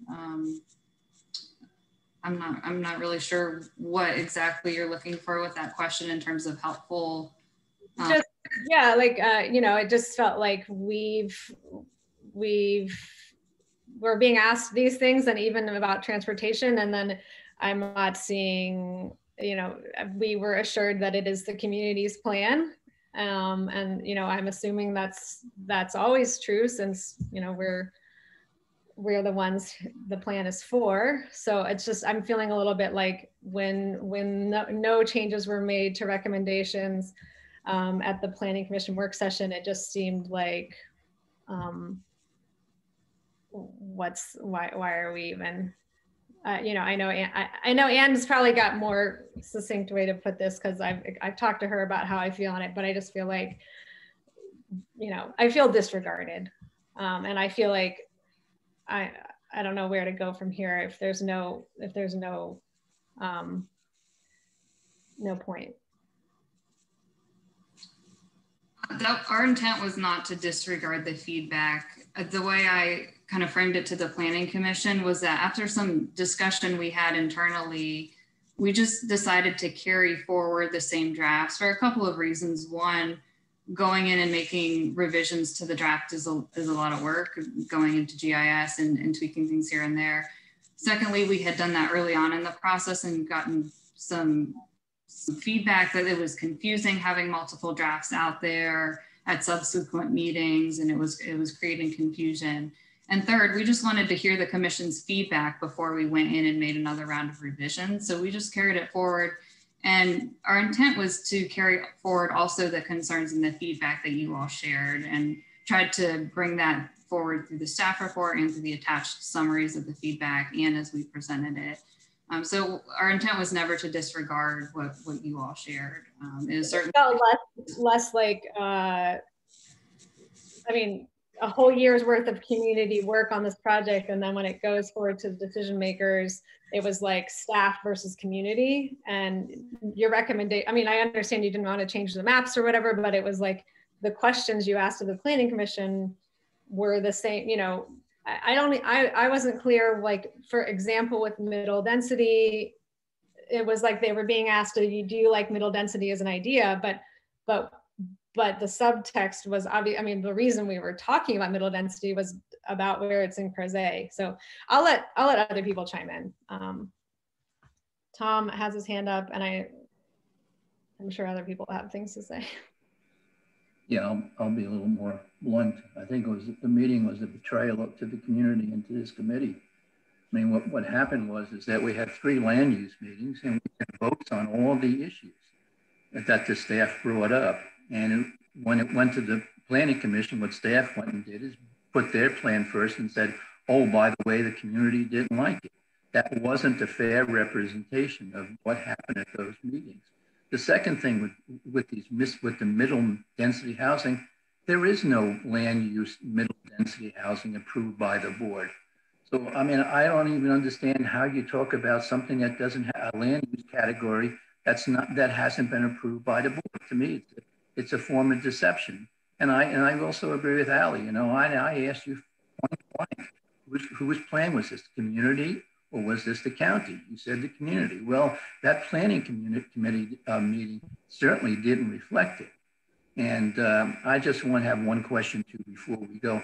And as far as that thing with the chat room, one of the things we always hear in the local neighborhood things is, how does the CCAC know that it's really representing the community? And one of the ways we did that for the last meetings is when you look in the chat room, you can look and see what kind of support or non-support you have for your positions. The votes that were taken at that meeting, that land use meeting, were not votes that were equivocal. There were some questions. There were overwhelming support both from the voting members and from the people in the chat rooms. So I don't know if the board had anything to do about this chat room stuff, but if you want to make a decision at the board level, that's fine. But but for them to come in carte blanche, say, well, no more chat from those nasty residents, to me is pushing it a little too far. Thank you. Costas?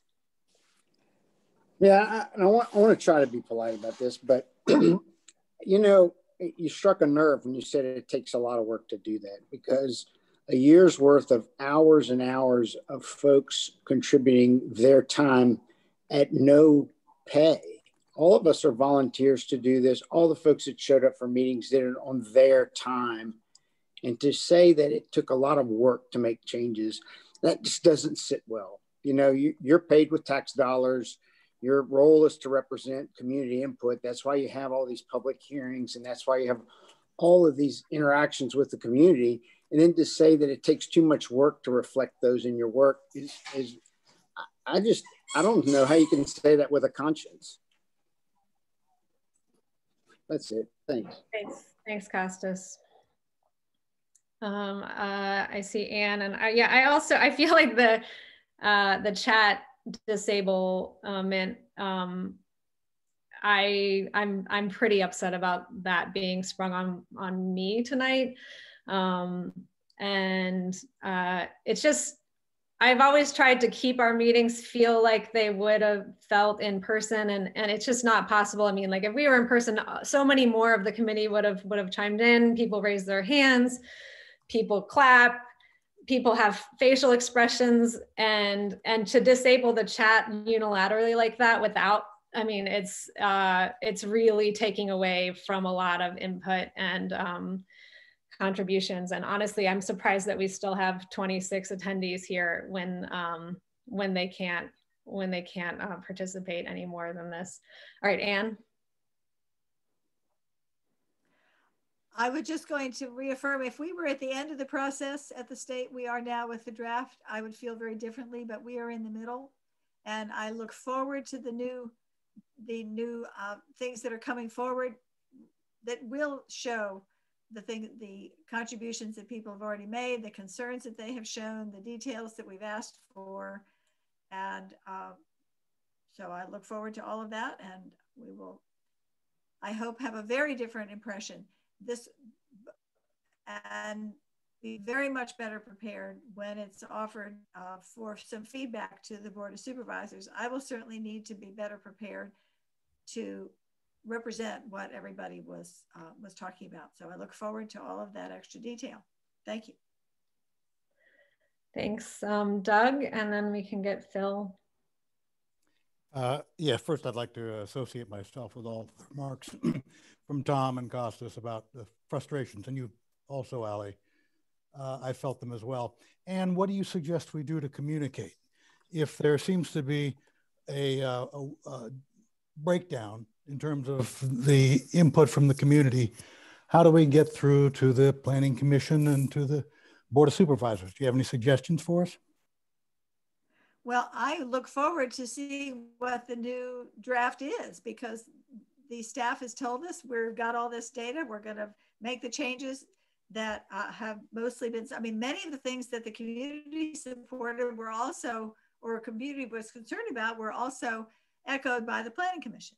So I do quickly expect that those kinds of changes will be made, and we will then have lots of concrete material to read, and we will need to write down the things that bother us still and how it can be improved, sort of word by word. This is where the hard stuff really happens. It's not just looking at pretty pictures anymore. This is really hard work.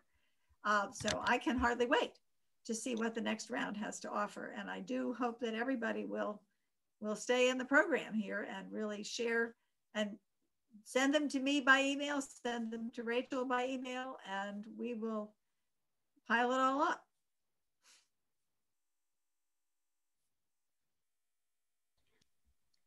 Thanks. Can we get Phil unmuted? Yeah, thank you. And this is Phil Kirby again, Parkside Village. I spoke earlier, but I don't get involved in this stuff very often in my life. And I've gotten involved because I've seen things happen close to my neighborhood that indicate whatever the plan is isn't being carried out.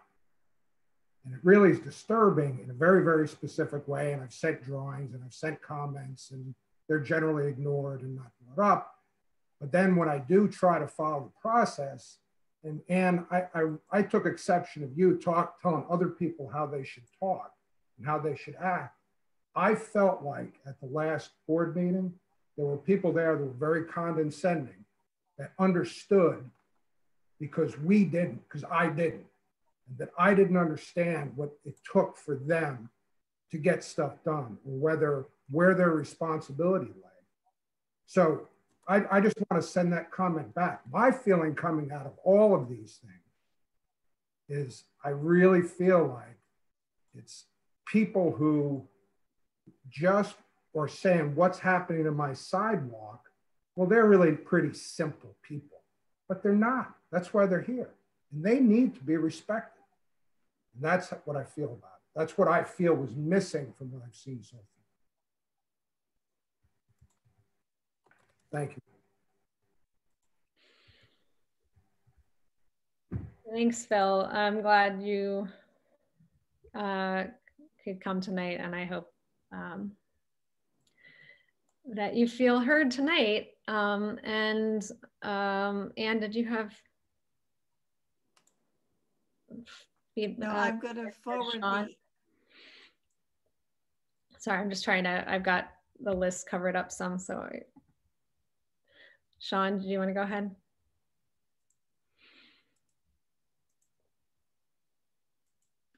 Sure, thanks. I think one concrete thing that could be done fairly easily You know, I'm reading over the executive summary, and if I didn't attend all the meetings that we've had and the votes we've had, and I read this, it just reads as though like there's really almost like a split in the community on these issues, when I think if you've attended our most recent last 2, 3, 4 months of meetings, we've taken votes and they've been overwhelmingly on one side versus another. And reading this text, it's sort of like, well, some members say this and some members say that. But when we voted, hasn't it been like 12-3 or 10-2 or so? Or even I would like to see. Unanimous. Yeah. I would like to see in the summary in communicating this to the commissioners and the board of supervisors, a true reflection of where the will of Crozetians are on these issues, which is against middle density, which is against the downtown overlay, and make it very clear that there is broad consensus, not perfect consensus, but broad consensus on these issues. And I think that would be helpful for them to know that, instead of sort of being presented in a way where it seems, reading this executive summary, that there's somewhat of a even split in the community, and I just don't see that. Thanks, Sean. I agree. It did sort of feel like that watching the Planning Commission, and if not that, then it was like I said, staff versus planners versus community members, and I just didn't like that. I didn't like that. So it's after 9, so and we meet again in just a couple of weeks. So I think we should wrap up. Is that all right?